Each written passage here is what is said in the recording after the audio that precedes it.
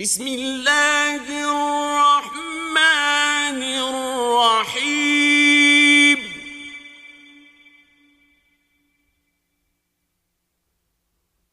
لم يكن الذين كفروا من أهل الكتاب والمشركين منفكين حتى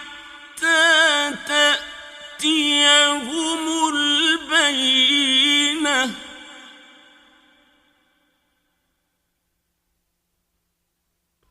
رسول